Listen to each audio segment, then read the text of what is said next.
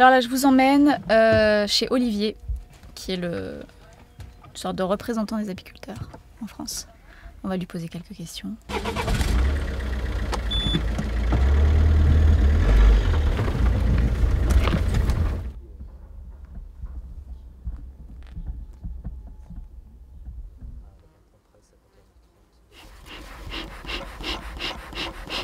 L'enfumoir, c'est un peu le fouet de l'apiculteur. C'est ce qui lui permet d'éviter que les abeilles s'excitent un peu trop, qu'elles deviennent agressives.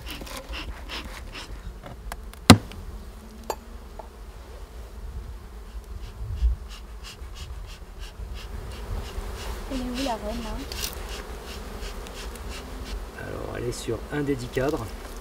En général elle est plutôt sur les cadres du milieu. Et donc on va voir si j'ai de la chance. Elle est plus sous la. Faut avoir l'œil hein, quand même. Hein, parce que oui. Ah, oui. c'est pas celle-là là? Ah non. Elle est un peu plus grosse. Ah si c'est celle-là. Si, c'est celle-là. Elle est là la reine. Tu as l'œil? Elle est là. Voilà. Voilà la reine. Ah d'accord. Donc elle a l'abdomen plus long. Voilà, un tiers plus long. Et toutes celles qu'on voit, c'est des ouvrières qui nourrissent les... Essentiellement des ouvrières. Les ouvrières dont l'objectif c'est pendant les 3 premiers jours nourrir la reine, nettoyer. Donc leur première tâche c'est nourrir et nettoyer la ruche. Et là on est dans une période de préoccupation, on est dans une période critique. Il y a de façon chronique près d'un tiers des abeilles qui meurent, des ruches, des colonies d'abeilles qui meurent en France et dans les pays développés tous les ans. Et c'est environ pour la France 300 000 ruches qui meurent tous les ans. 300 000 ruches qui sont retrouvées mortes au printemps ou pendant l'été par les apiculteurs, avec des ruches qui ont vu la quasi-totalité de leur population disparaître. Et il y a eu une augmentation de ce genre d'événement? La mortalité moyenne, mon père me disait, quand lui s'est installé il y a 40 ans maintenant en apiculture, dès que tu dépasses 5% de mortalité, pose-toi la question qu'il y a quelque chose qui se passe, qui va mal dans ton rucher, il y a une maladie, il y a un gros problème dans ton rucher dès qu'on dépasse 5%. Donc une mortalité à cause des pathogènes naturels des abeilles, c'est 5%. Et là on est à 30%. 30% de mortalité directement liée à l'environnement de l'abeille. Si on arrive à une disparition des abeilles, les conséquences pour nous?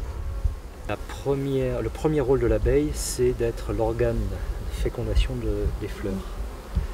Que ce soit sauvage ou cultivé, toutes les plantes à fleurs, 80% des plantes à fleurs ont besoin des abeilles pour leur reproduction sexuelle. L'abeille se couvre de pollen et ce pollen sert à la visite de la prochaine fleur, à féconder la fleur et donc à produire un fruit.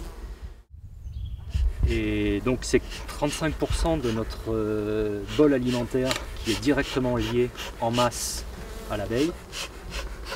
C'est 80% de la diversité de ce qu'on mange qui est lié à l'abeille. 80%, c'est énorme. Et, les pesticides systémiques sont utilisés en système assurantiel. Les agriculteurs, avec ce système-là, se disent « je suis garanti de ne pas avoir tel ou tel ravageur dans mes cultures ». Les prédateurs des plantes deviennent de plus en plus résistants à ces molécules qui sont largement disponibles dans l'environnement. Donc l'efficacité baisse et ils sont obligés d'augmenter le dosage ou de rajouter un produit plus un autre. Et c'est une course en avant vers toujours plus de produits dans l'environnement. Et les impacts sont connus scientifiquement et sont connus par le grand public. Maintenant, il y a un très fort lobby de la chimie qui est là pour maximiser les profits de leurs actionnaires et de leurs entreprises à court terme. Et tant que ces produits pourront continuer d'être vendus, ils seront contents. Est-ce que nous, en tant que consommateurs, quel rôle on a à jouer? Comment est-ce qu'on peut s'engager concrètement? Tout le monde peut agir concrètement tous les jours en changeant son alimentation. Consommer autrement, c'est directement avoir un impact sur la qualité de l'environnement, c'est directement avoir un impact sur la qualité de survie, sur la possibilité de survie des abeilles.